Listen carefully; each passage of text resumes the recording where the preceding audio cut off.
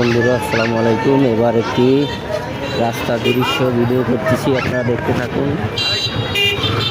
খুব সুন্দর দৃশ্যগুলো, অসাধারণ। এই যে সাইডে মুদির দোকান, দ্বিতীয় ভাইজান কি অবস্থা আছেন? ভালো। আপনি গো ওই মাইক্রো বাড়ানোর লেখো কত? 8,000 টাকা। আমরা আবার যাইতে চাই মোশারফ বাইরে লইয়া, বুঝছেন? কজন ধরে? 10-12 জন ধরে।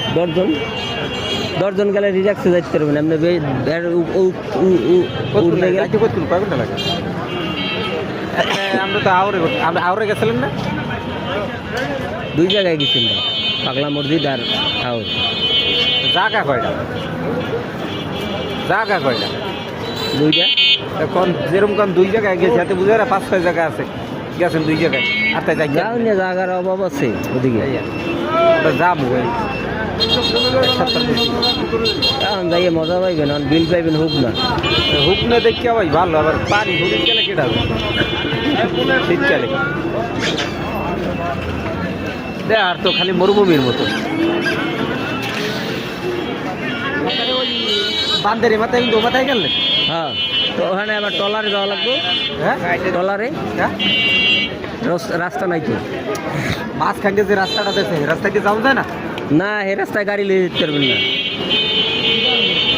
ট্রলারে যাওয়া লাগবে। ওখানে গাড়ি যায় না? গাড়ি যায়, ওই এলাকার গাড়ি। দেখলাম দি বাস গাড়িও যায়। কোথায় বাস গাড়ি দেখছেন? আমি মাথা নষ্ট মোবাইলে দেখলাম কোনো বাস গাড়ি যায় না। এলাকার গাড়ি যাই কেন, বাইরে গাড়ি যাই কেন? টোল তোলে না? টোল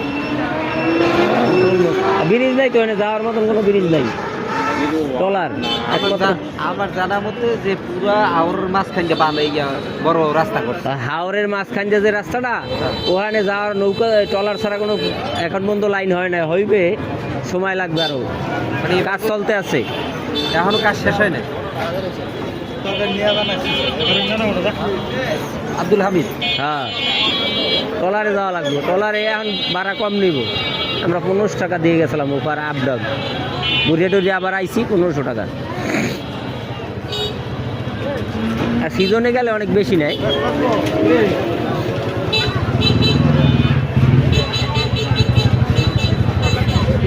কতক্ষণ লাগছে যাইতে? 1.5 ঘন্টা লাগে যাইতে। আর আইতে 1.5 ঘন্টা। খাওয়া লাগে, এবার আমার খাওয়া লাগে।